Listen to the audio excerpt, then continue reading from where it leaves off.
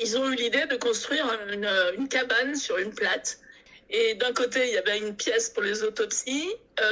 L'autre côté, en face, il y avait l'appartement de celui qui gardait le bateau. Et au milieu, il y avait la salle des expositions, ce qu'on appelait, puisqu'à l'époque, c'était un devoir pour les gens d'aller reconnaître les morts, étant donné qu'on n'avait pas beaucoup de possibilités d'identification, que les papiers d'identité n'existaient pas. Donc en fait, on mettait les morts surtout repêchés dans le Rhône et la Saône, parce que c'était souvent le cas. C'était difficile de connaître leur identité, puisque souvent on les repêchait dans des états un peu difficiles.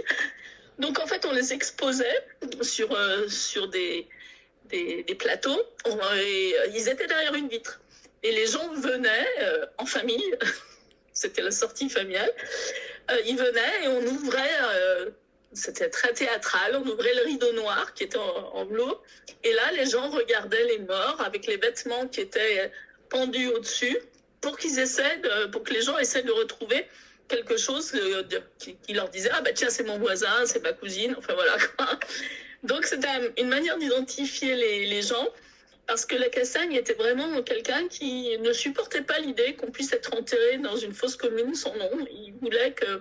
Il avait à cœur que les gens, en général, puissent être identifiés. De nos jours, ça fait un peu sordide, quoi, de se dire qu'on va aller voir des morts en famille.